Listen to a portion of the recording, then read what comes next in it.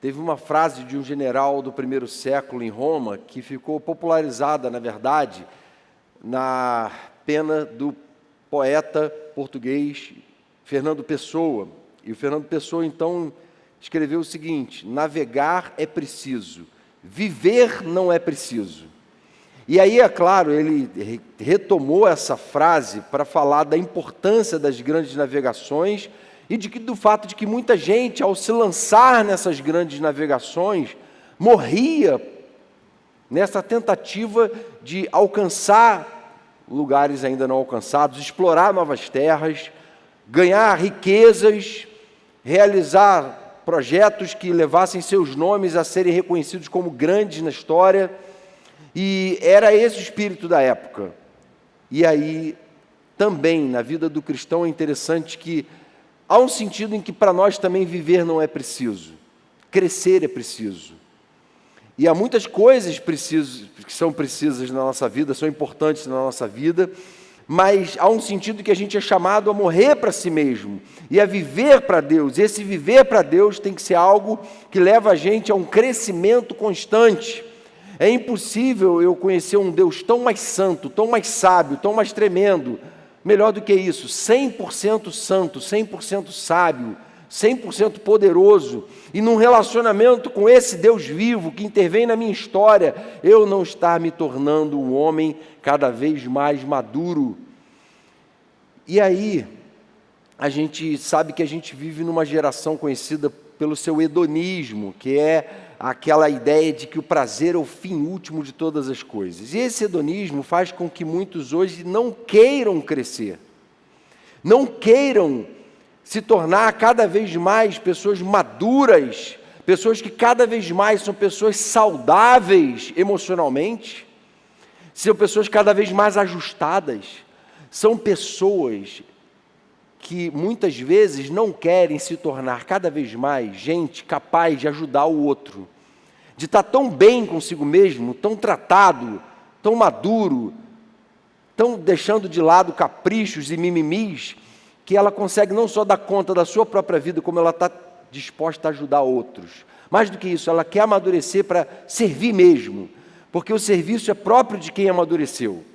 Então, a gente vai para a palavra e descobre que, embora na nossa geração viver para o prazer é preciso, crescer não é preciso, nós não podemos seguir esse hino.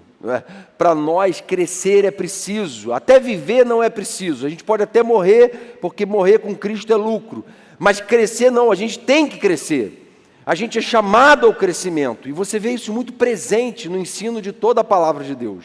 Esse texto que a gente vai ler aqui é um texto em que o apóstolo Paulo está orientando a igreja aos Tessalonicenses, uma igreja que ele havia plantado numa de suas viagens missionárias, e ele está preocupado que essa igreja venha a não apresentar o progresso que é esperado de todos aqueles que tiveram uma experiência real com Deus. E ele escreve, ele está aqui terminando a primeira carta dele, e ele está querendo se certificar de que a igreja estava no caminho certo. E ele fala o seguinte, 1 Tessalonicenses 4, verso 1. Quanto ao mais, irmãos, já os instruímos acerca de como viver a fim de agradar a Deus, e de fato, assim vocês estão procedendo. Agora lhes pedimos e exortamos no Senhor Jesus que cresçam nisso cada vez mais, pois vocês conhecem os mandamentos que lhes demos pela autoridade do Senhor Jesus. A vontade de Deus é que vocês sejam santificados, abstenham-se da imoralidade sexual, cada um saiba controlar o seu próprio corpo de maneira santa e honrosa, não dominado pela paixão de desejos desenfreados, como os pagãos que desconhecem a Deus. Neste assunto, ninguém prejudique seu irmão, nem dele se aproveite. O Senhor castigará todas essas práticas, como já lhes dissemos e asseguramos, porque Deus não nos chamou para a impureza, mas para a santidade. Portanto, aquele que rejeita estas coisas não está rejeitando o homem, mas a Deus, que lhes dá o seu Espírito Santo. Quanto ao amor fraternal, não precisamos escrever-lhes, pois vocês mesmos já foram ensinados por Deus a se amarem uns aos outros. E de fato, vocês amam todos os irmãos em toda a Macedônia. Contudo, irmãos, insistimos com vocês que cada vez mais assim procedam. Esforcem-se para ter uma vida tranquila, cuidar dos seus próprios negócios e trabalhar com as próprias mãos, como nós os instruímos, a fim de que andem decentemente aos olhos dos que são de fora e de nada dependam de ninguém. Então, Paulo estava escrevendo uma carta pastoral àquela igreja, dizendo assim: gente, com muito carinho, com muito zelo, a gente admira muitas qualidades que vocês têm como igreja. Ele fala isso no capítulo 2, verso 7, ele diz assim: a gente foi bondoso quando estava entre vocês, como uma mãe que cuida dos filhos, sentindo assim tanta afeição por vocês, decidimos dar-lhes não somente o Evangelho de Deus, mas também a nossa própria vida, porque vocês se tornaram muito amados por nós. Então ele tinha uma relação de carinho, de preocupação, de zelo, e ele sabia que ele estava pregando para um povo gentio, para um povo que não tinha todo aquele aparato religioso do judaísmo, não tinha todo aquele pano de fundo doutrinário que o judeu, por natureza, já tinha, que carregava consigo valores morais, de pureza. E aí, ele então se preocupa em falar assim: olha, a vida cristã não é uma coisa do tipo assim, caramba, tive uma experiência com Deus, que experiência maravilhosa, Deus é maravilhoso, pronto. Não, a vida cristã não é uma experiência única e poderosa com Deus, mas é uma experiência que precisa se repetir. Ele usa essa expressão de forma repetida, não é? Cada vez mais a gente tem que crescer na nossa relação com Deus. Cada vez mais a gente tem que buscar intimidade com Deus, a gente tem que buscar o poder do Espírito Santo. Cada vez mais a gente tem que olhar para o nosso próprio pecado e abominar ele, e se sentir mal com ele, e não se conformar com ele. Cada vez mais a gente tem que constatar a nossa inconsistência em termos de conhecimento bíblico, falar: não, eu preciso conhecer mais da palavra de Deus. Cada vez mais a gente tem que reconhecer imperfeições e cada vez mais buscar ser como o nosso Senhor perfeito, mesmo sabendo que isso só vai acontecer na glória. Mas esse tem que ser o caminho do cristão. A palavra diz que o caminho do justo é como a luz da alvorada, do nascer do sol, que vai brilhando mais e mais até chegar ao meio-dia, com a luz plena. E assim tem que ser a minha e a sua vida. Não pode ser uma vida que começou a crescer, aí larga esse pecado, aí larga aquele, e aí começa, aí daqui a pouco para. Não pode. A gente tem que crescer.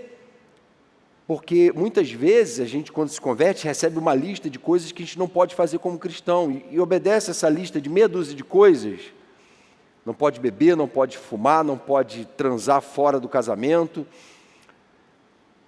E acha que pronto, é isso. Já não faço mais nada disso, que é moralmente escandaloso, não é? Quando, na verdade, Deus quer muito mais de nós. Ele quer que a gente tenha vida, e vida em abundância. Ele quer que a gente transborde do amor e da graça dEle. Ele quer que a gente seja capaz de ser sal da terra e luz do mundo, impactar a nossa geração com o nosso testemunho, com o nosso exemplo de vida. E aí, para isso, gente, não tem jeito, precisa haver crescimento. A preocupação de Paulo era essa, que aquele povo de Tessalônica se acomodasse, que aquele povo ficasse ali, mais ou menos, vivendo uma vida mais ou menos diante de Deus, morna. Ele queria que aquele povo despertasse para uma vida íntima, madura com Deus. E a primeira coisa sobre crescimento que ele diz aqui é que Deus está interessado no nosso crescimento. Por isso nós também devemos estar. Deus se agrada da vida de alguém que tem buscado crescer na presença dEle. No verso 1 ele fala assim: a gente já instruiu vocês de como viver a fim de agradar a Deus, e assim vocês estão procedendo. Agora lhes pedimos e exortamos no Senhor Jesus que cresçam nisso cada vez mais. Gente, que bom, porque eu sei que tem muita gente aqui que poderia subir aqui agora e contar testemunhos do que Deus tem feito na sua vida. E é verdade, a gente tem visto Deus agir na vida de um monte de gente aqui, e a gente louva a Deus por isso. E Paulo também olhava para Tessalônica e falava, cara, que coisa maravilhosa, quanta coisa Deus já fez. Mas ele fala, gente, cuidado para você não viver das experiências do passado, do que Deus já fez na tua vida até aqui, não. Você tem que olhar para frente e querer cada vez mais de Deus. Eu ainda tenho áreas a serem trabalhadas na minha vida. No verso 10 ele repete essa expressão, insistimos que com vocês que cada vez mais assim procedam. Precisa haver continuidade, precisa haver busca, uma busca que não para. E aí ele provê os meios para isso, não é? Quando Deus cobra alguma coisa de nós, ele provê também os meios para a gente conseguir aquilo que ele está pedindo de nós. Que a gente conhece como meios de graça, né? Oração, meditação na palavra, comunhão, adoração. E a gente então, por esses meios, reunião de oração bombando ali 7 horas, se você perdeu, sábado que vem tem de novo. A gente vai buscando uma vida de mais intimidade, de mais intensidade na nossa relação com Deus. E aí a gente vai sendo aperfeiçoado. E aí é essa espiritualidade que deixa que essa palavra vivida, encarnada, transforme nossa cabeça, nossa forma de pensar, é a que importa para nós. O Augusto Nicodemos uma vez falou uma frase que circula por aí pela internet, que ele diz assim, cristão frio não é aquele que não grita, não pula, não gira e não faz barulho. Cristão frio é aquele que, escutando a verdade do Evangelho, não a coloca em prática no seu dia a dia. Cristão maduro não é aquele que passa uma imagem de alguém espiritual, não, mas é alguém que obedece de fato, mesmo que não passe imagem. É alguém que de fato no seu dia a dia tem buscado viver impregnado da presença de Deus. Esse é o cristão maduro, é alguém que tem buscado o crescimento. E às vezes a gente fala assim, o cara já está com uma idade legal, assim, né? Um cara já é maduro, né? E a verdade é que muitas vezes a pessoa envelhece sem amadurecer. Não sei se você conhece gente assim, que tem 50, 60 anos até, e não amadureceu até hoje. Age de uma forma completamente imatura do ponto de vista emocional. Às vezes é alguém que se emancipou financeiramente e até conseguiu ganhar muito dinheiro, mas não consegue entender que o seu corpo é templo do Espírito Santo, e aí vive uma vida imoral. Alguém que é profissionalmente competente, o cara é maduro, o cara é um excelente profissional, não tem nada a ver com maturidade, o cara pode ser antiético, do ponto de vista espiritual, isso não quer dizer maturidade. Sucesso profissional e financeiro. Alguém que tem uma inteligência brilhante, mas não tem sede de pureza e de conhecimento de Deus. Tem inteligência, mas não tem sabedoria. Tem conhecimento, mas não tem maturidade espiritual. E a gente precisa então discernir aqui na palavra o que é ter maturidade espiritual. E é isso que Paulo está falando para a gente. Então é preciso entender que Deus se agrada da nossa obediência, não é? Esse progresso é algo que agrada a Deus. Tem um texto em Hebreus que o autor exorta a igreja falando a respeito de alguns que faziam questão de se manter numa atitude imatura. E aí ele fala assim, quem se alimenta de leite ainda é criança e não tem experiência no ensino da justiça. Mas o alimento sólido é para os adultos, os quais, pelo exercício constante, tornam-se aptos para discernir tanto o bem quanto o mal. Tem gente que quer ficar tomando leite a vida toda. Tem gente que não quer crescer na sua experiência com Deus, mas isso não é sábio. O sábio é aquele que, pelo exercício constante, cada vez mais é capaz de discernir o mal e o bem, e escolher o bem, com sabedoria. E essa maturidade, ela vai afetar tudo na nossa vida, ela vai afetar a nossa relação com a política, nossa relação com as ideologias nocivas e diabólicas que estão impregnadas em discursos políticos dos nossos dias. Elas vão condicionar a nossa forma de namorar, a nossa forma de nos dispor ao ministério, ao serviço do reino de Deus, no Gol, na igreja ou fora daqui. E aí o que a gente tem constatado é uma geração em que tem sido cada vez mais difícil, não só dentro da igreja, mas fora dela, o recrutamento de líderes. Todo mundo quer se emancipar, todo mundo quer ter uma condição legal, ter um status, mas liderança tem um preço que pouquíssimos hoje querem pagar. A própria palavra coloca um peso sobre nós, não é? Não se tornem muitos de vocês mestres sabendo que vamos receber um juízo maior. E esse juízo maior começa no juízo que as pessoas fazem sobre nós. E quem assume essa posição tem que saber que ela traz consigo uma cobrança. Mas o cristão maduro fala assim, quer saber? Eu estou aqui para pagar esse preço mesmo, eu estou aqui para me doar mesmo. Paulo fala para eles, olha, a gente deu não só a pregação, mas a gente deu a nossa vida para vocês. Por quê? Porque Paulo amadureceu, ele era um cristão maduro. E o cristão maduro não é alguém que está tentando salvar a sua vida, mas é alguém que perdeu a sua vida, porque entregou ela completamente a Jesus e ao projeto do reino de Deus. O cristão maduro é alguém que quer ver a sua vida cada vez mais alinhada com Deus. É alguém que, pelo exercício constante, se torna apto para não ser um peso para os seus líderes. Não, eu não estou aqui para criar problema, eu estou aqui para ser solução. Eu não estou aqui para viver uma vida de pecado que eu acho que eu estou administrando sozinho, mas na verdade eu estou fazendo mal para todo o corpo de Cristo. Quando o membro está doente, quando o membro está vivendo em pecado, todo o corpo está adoecido. É assim no corpo, né? Essa é a ideia. Então, enquanto todo o corpo não estiver em busca dessa maturidade, desse crescimento, a gente precisa acordar, despertar para a necessidade dele. Nenhum cristão deveria se permitir uma vida meramente religiosa, frequentadora de igreja. Não é esse o projeto de Deus para nós, mas sim de a gente deixar que a nossa vida seja como a luz da alvorada que vai brilhando mais e mais. O Jonatas de um ano atrás não é o mesmo Jonatas hoje, não pode ser. Tem que ter coisa que mudou de lá para cá, tem que ter coisa que amadureceu. Eu gosto muito quando Paulo fala em Coríntios 13, ele está falando sobre o amor em 1 Coríntios 13, aquela tratado ali maravilhoso sobre o que é o amor. E aí ele conclui o texto dizendo assim, olha, quando eu era menino, eu falava como menino, pensava como menino, agia como menino, mas agora eu me tornei homem. E agora eu desisti das coisas próprias de menino. Então ele está falando, olha, o amor não é para quem é menino, o amor não é para quem quer agir com imaturidade. Amor implica em preço a ser pago.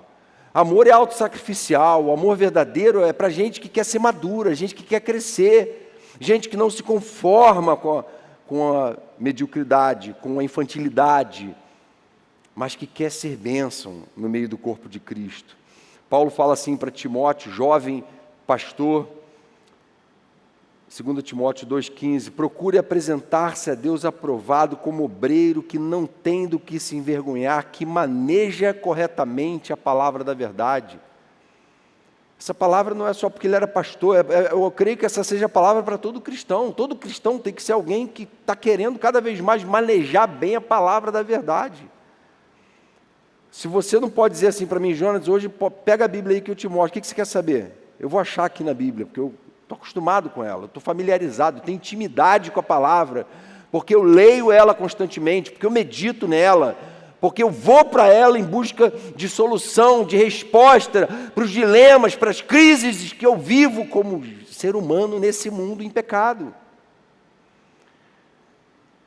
E isso é manejar bem a palavra, é alguém que tem cada vez mais se tornado íntimo dessa palavra.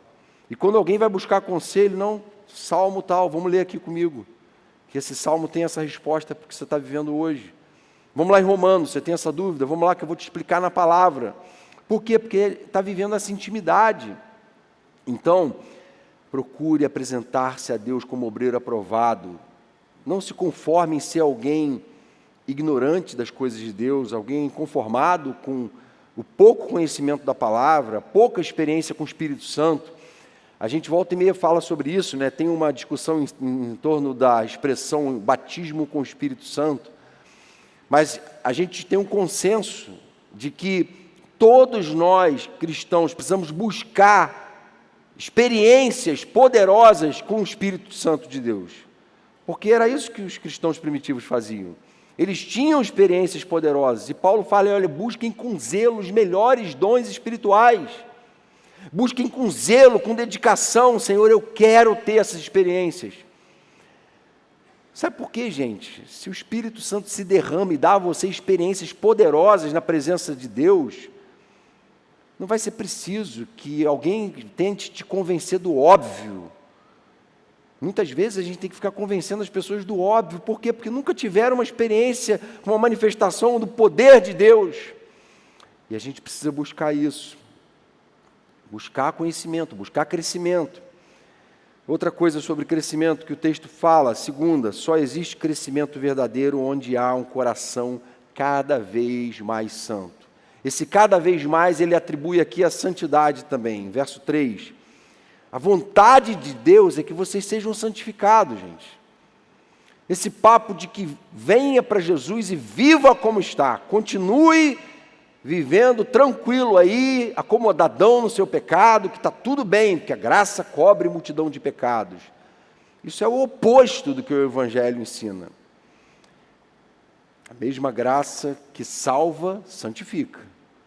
Ah, mas eu experimentei a graça, eu já estou salvo, mas eu não tenho me santificado. Não, você não experimentou a graça. Você ainda não nasceu de novo. Quem nasceu de novo, as coisas antigas passaram, agora tudo se fez novo. Quem está em Cristo é uma nova criatura.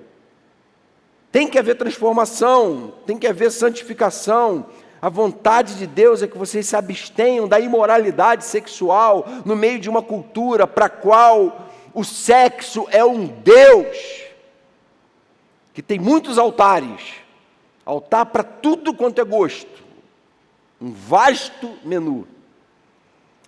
E vocês não são chamados a repetir e normalizar aquilo que é abominável, aquilo que é impuro, aquilo que desagrada a Deus. Verso 4, cada um saiba controlar o seu próprio corpo de maneira santa e honrosa, não dominado pela paixão de desejos desenfreados, como os pagãos que desconhecem a Deus. É normal que o cara que não conhece a Deus viva chafurdado em pornografia, viva chafurdado em fornicação, até em adultério, já está normal hoje em dia. Relacionamento aberto, todo tipo de bizarrice que Satanás conseguiu semear na nossa cultura. Mas o cristão é contra a cultura. O cristão é luz de um mundo em trevas. Eu e você somos. A igreja sempre conservou os valores de pureza moral na sociedade. A gente está aqui para ter asco do pecado e para expressar esse pavor e esse asco para o mundo.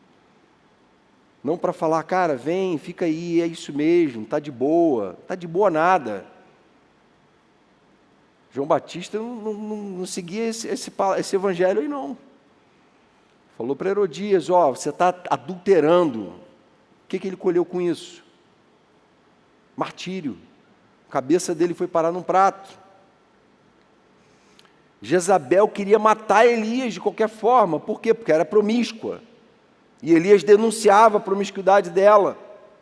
Prostituição cultural que ela implantou em Israel, casando com Acabe.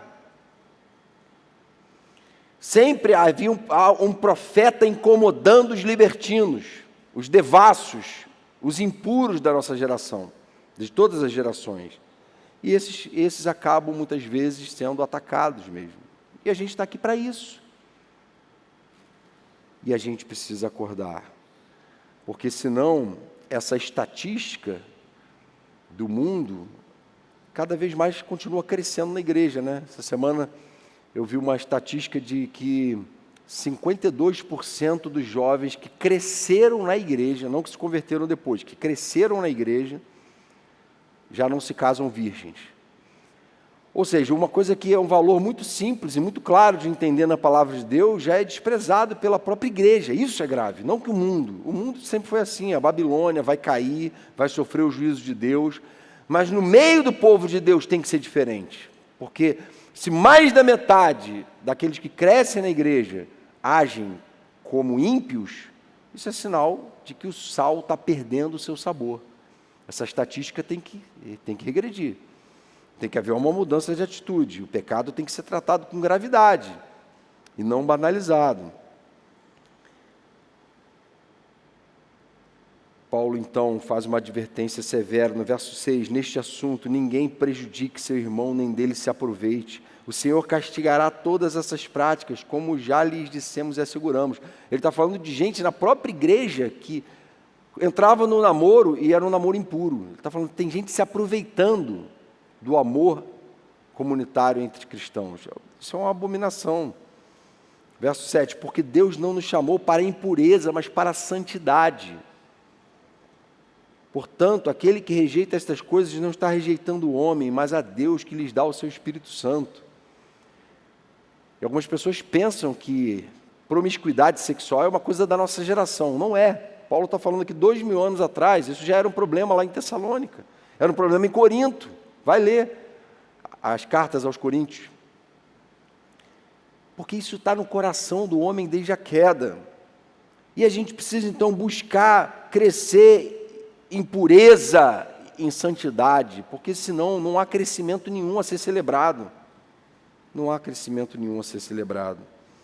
Isso não tem a ver com moralismo, tem a ver com a moral produzida pelo Espírito Santo de Deus no nosso coração, a partir da nossa vida de sujeição à palavra de Deus, de um amor pela palavra que o Espírito faz brotar em nosso coração, em que a gente passa a amar e querer viver segundo essa palavra, em que a gente não se conforma com o que está errado, em que a gente deixa o passado para trás e vai em busca de viver em obediência a Deus. Jesus falou assim, em Mateus 5,8, bem-aventurados os puros de coração, pois verão a Deus. Jesus celebrou pureza, ele disse que nós temos que ser um povo puro. E é interessante que algumas pessoas que tentam banalizar a graça, dizendo que o Novo Testamento é o tempo da graça e tudo, né? E a gente vai para o Antigo Testamento e vê 4 vezes a expressão, sejam santos, porque eu, o Senhor, vosso Deus, sou santo. Então essa expressão se repete 4 vezes lá no Antigo Testamento. Mas é interessante que ela 2 vezes é citada pelos apóstolos no Novo Testamento. Pelo apóstolo Pedro, ele em 2 situações ele fala a mesma expressão, sejam santos, pois o Senhor, Deus de vocês, é santo. É o que se espera de nós, é o nosso DNA, e a gente precisa buscar isso. Não existe salvação onde não há santificação. Certifique-se de que sua busca por pureza continua norteando a sua caminhada por Jesus. Então, terceira e última lição aqui a respeito de crescimento. Discípulos de Jesus que crescem demonstram isso através de relacionamentos saudáveis. Aí ele continua aqui. O que é essa vida que agrada a Deus e que aí a gente precisa buscar crescer cada vez mais nela? Discípulos de Jesus que crescem demonstram relacionamentos saudáveis. Verso 9. Quanto ao amor fraternal, não precisamos escrever-lhes, pois vocês mesmos já foram ensinados por Deus a se amarem uns aos outros. Aí ele está falando assim, olha, tem coisa que vocês já aprenderam nesse projeto de crescimento, no sentido de ter progresso na caminhada com Deus. Uma delas é aprender a se amar. Vocês se amam. Vocês são uma comunidade que se ama. E uma comunidade que se ama não é uma comunidade de gente ingênua que não consegue detectar as imperfeições uns dos outros. Gente, o ser humano é o mesmo. Se você voltar 6.000 anos de história, você vai descobrir que os mesmos pecados que estão no meu e no seu coração estavam lá. Não mudou, gente. Então, quando você lê as cartas da igreja primitiva, as cartas de Paulo e as cartas do Novo Testamento, as igrejas, você vai descobrir que não tinha nenhuma igreja melhor nem pior do que essa igreja aqui, do que a igreja ali da esquina. Todas as igrejas do Novo Testamento eram igrejas imperfeitas, igrejas que foram repreendidas pelos apóstolos, que foram chamadas à santificação, que foram tratadas em fraquezas. Paulo chega a falar assim para os Tessalonicenses, olha, se vocês estão preguiçosos, achando que não precisa trabalhar, porque Jesus vai voltar a qualquer momento, quero dizer o seguinte, quem não trabalha, que também não coma. A atitude de um preguiçoso que não quer trabalhar não é a atitude de um cristão. O cristão, diz a palavra, que tem que ser alguém que trabalha para que tenha com que acudir ao necessitado. É alguém que está preocupado em ser útil no mundo. Então, o que eu quero dizer com isso? Que essa história de que eu estou desigrejado porque eu tive decepções na igreja, isso é papo furado, gente. Papo furado da carne, do pecado, de quem fala isso. Todos nós tivemos experiências ruins aqui e acolá, porque isso é normal, isso é vida em sociedade. E a igreja é o corpo de Cristo, e ela está cheia de pecadores, como eu e como você. Então o cristão maduro não é o cristão que fala assim, não vou mais frequentar a igreja, porque lá eu descobri que tem gente imperfeita. Isso é imaturidade, é uma imaturidade que não tem tamanho. O cristão maduro é aquele que fala assim, cara, eu conheço essas pessoas, eu conheço imperfeições delas, mas Deus derramou no meu coração um amor por essas pessoas, que eu estou disposto a servir elas, mesmo sabendo que muitas vezes elas já erraram contra mim. Isso é maturidade, gente, é maturidade espiritual, e essa igreja estava aprendendo esse caminho, e Paulo está falando, cara, que coisa maravilhosa, vocês já aprenderam a se amar uns aos outros, mesmo sabendo que vocês são gente tão errada, mesmo conhecendo as tortuosidades uns dos outros. Jesus fala assim, olha, se vocês só fizerem o bem àqueles que forem bons com vocês, que mérito tem nisso? E aí ele vai além, ele fala assim, amem os seus inimigos, e não só aqueles que amam vocês. Sejam misericordiosos, assim como o Pai de vocês é misericordioso. Misericordioso é alguém que perdoa aqueles que erraram contra ele. Então, Jesus diz o seguinte, em João 13:35, olha, o distintivo de vocês é o amor de vocês uns pelos outros. Nisso conhecerão todos que vocês são meus discípulos. Qual é o grande distintivo que Jesus estabelece? Quando vocês tiverem amor uns pelos outros. E amar não é fazer uma lista de exigências, mas amar é caminhar junto, apesar das falhas e das diferenças. A palavra diz o seguinte, a ninguém, Romanos 13:8, não devam nada a ninguém, a não ser o amor de uns pelos outros, pois aquele que ama seu próximo tem cumprido a lei. E é interessante, estava pensando sobre esse versículo aqui, como assim? Quer dizer então que eu estou devendo amor às pessoas? Você sabia que você é um devedor de amor às pessoas? Mas com base em quê? Por que eu agora estou devendo amor a cada um de vocês aqui? Com base em que Paulo fala isso? Se com alguns aqui eu nem tenho um relacionamento pessoal. Mas eu devo amor às pessoas. A lógica é a seguinte, olha, Jesus derramou um amor incondicional tão tremendo e tão grandioso sobre a sua vida, que no momento que você recebe essa descarga de amor de Deus sobre a sua vida, você imediatamente se torna um devedor de amor às pessoas. Porque você não tem direito de reter o amor, de reter esse sentimento, não tem. A gente tem que levar ele adiante. Por mais que a gente ame, ainda assim a gente não consegue corresponder ao tanto de amor que Jesus mostrou por nós na cruz. Amém? E esse é um desafio, claro, o desafio da vida cristã, uma vida que agrada a Deus, sabe se portar diante da sociedade. Ele vai caminhando para o fim, dizendo assim, esforcem-se para ter uma vida tranquila, cuidar dos seus próprios negócios, trabalhar com as próprias mãos, como nós os instruímos, a fim de que andem decentemente aos olhos dos que são de fora e não dependam de ninguém. Está falando assim, olha, você tem sim que se preocupar com a opinião das pessoas a seu respeito. Como é que as pessoas têm me visto? Como é que meus vizinhos têm me visto? Como é que os meus pais têm me visto? Paulo está falando assim, isso tem que ser uma preocupação minha e sua como cristãos.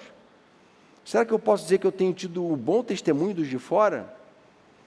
Será que eu posso dizer que eu tenho vivido de uma forma tão excelente, eu tenho agradado a Deus e tenho procurado crescer nisso cada vez mais e me tornar alguém cada vez mais maduro a ponto de estar vivendo assim, uma vida que exala o bom perfume de Cristo por onde passa? Paulo fala assim, para com Deus somos o aroma de Cristo entre os que estão sendo salvos e os que estão perecendo. Para estes que estão perecendo, somos cheiro de morte, para aqueles, fragrância de vida. Mas quem está capacitado para tanto? Ao contrário de muitos, não negociamos a palavra de Deus visando a um lucro. Antes, em Cristo, falamos diante de Deus com sinceridade, como homens enviados por Deus. Então ele está falando assim, olha, nós somos o bom aroma de Cristo para aqueles que estão vivendo, mas para com aqueles que estão perecendo, para com aqueles que estão vivendo uma vida deliberada de desobediência a Deus, de imoralidade, de imaturidade, estagnados, nós somos cheiro de morte. E aí, a gente precisa se avaliar e julgar se a gente tem de fato buscado crescer e progredir no testemunho cristão, no lugar que a gente tem vivido ou não. Agora, aplicações aqui para a gente fechar. A primeira aplicação, decida crescer. Crescer não é uma coisa que acontece espontaneamente. Eu estou falando de crescer espiritualmente, de crescer como homem de Deus, como jovem de Deus, uma jovem de Deus, uma mulher de Deus. Não é uma coisa assim, que deixa as coisas rolarem e eu vou crescer. Não é. Você tem que querer crescer, tem que haver intenção de crescer. Porque quando há intenção de crescer, eu vou fazer por onde crescer. Eu vou me autoavaliar, eu vou me julgar, eu vou avaliar o que eu tenho vivido, eu vou confessar minha indisciplina, eu vou confessar onde eu tenho falhado, eu vou me disciplinar mais, eu vou entrar numa busca séria, eu vou me deixar incomodar pelo que está errado, porque eu decidi crescer. E toda vez que eu agir como um cristão imaturo, egoísta, eu vou me incomodar. Por quê? Porque eu decidi crescer. Então tem que haver essa decisão, gente. Se não houver essa decisão, não há crescimento. Segunda lição sobre o crescimento é que um amadurecimento que nos interessa, segunda aplicação aqui, um amadurecimento que nos interessa é aquele que nos faz cada vez mais parecidos com Jesus. Então não adianta você conhecer a Bíblia de capa a capa, você saber detalhes do serviço que é prestado aqui, sobre comunicação, serviço do Ministério de Serviço, detalhes técnicos sobre o que é feito para Deus, e até mesmo um vasto conhecimento teológico, se isso não tem transformado em você numa pessoa cada vez mais parecida com Jesus, se isso não tem tornado você uma pessoa cada vez mais pura, cada vez mais humilde,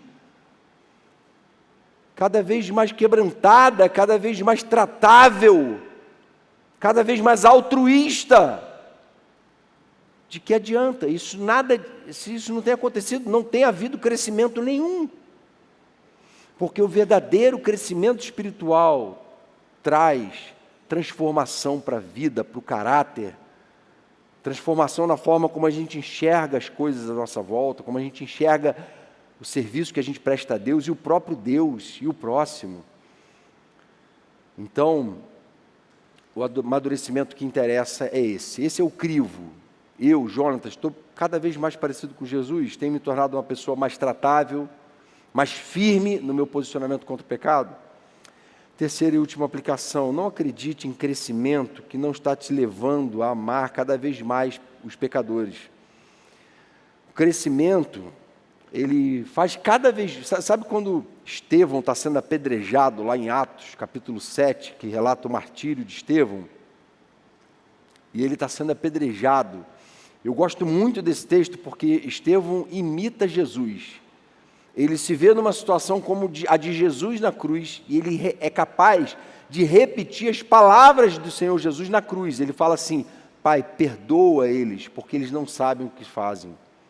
Você consegue imaginar isso? Um monte de gente te apedrejando porque você pregou a palavra, e você tomando pedrada dessas pessoas, e você orar: Pai, perdoa, porque eles não sabem o que fazem.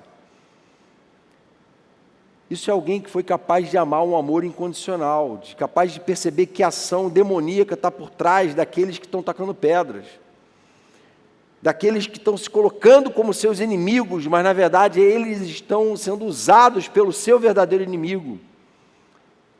E aí, procure crescer sendo capaz de tratar pessoas mais que se colocam na posição de inimigos seus, mas orando por elas e sendo capaz de retribuir o mal com o bem, porque é isso que a palavra orienta a gente a fazer. E aí sim você vai poder dizer, caramba, eu nunca pensei que eu pudesse um dia agir do jeito que eu estou agindo. Eu estou achando que eu estou amadurecendo. E está mesmo. Porque o Espírito Santo capacita a gente a coisas que a gente jamais, humanamente falando, faria. Mas a gente faz e com isso a gente vai crescendo, amadurecendo. Então, essas são as lições do apóstolo Paulo aqui para a gente no sentido de crescimento, que a gente procure crescer cada vez mais na presença de Deus. Amém? Senhor, obrigado por essa palavra, obrigado, Senhor, por essas lições aqui, e que o Senhor continue nos dando amor por essa palavra, Senhor, que é tão clara, que é tão objetiva em tratar tantas questões que o mundo hoje tem desprezado, e tanto falso cristianismo tentando adaptar, tentando suprimir verdades tão evidentes como essas, e nós queremos te pedir, vem nos fazer crescer na nossa caminhada contigo, Senhor. Vem santificar cada um dos meus irmãos e irmãs aqui. Vem nos dar desejo por Ti, Senhor. Como a música que cantamos, Senhor, faz de novo, assim como o Senhor já fez. Faz de novo mais do que o Senhor já fez. Faz de cada vez mais, Senhor, no nosso meio. Que meus irmãos e irmãs aqui tenham experiências poderosas com o Teu Espírito Santo.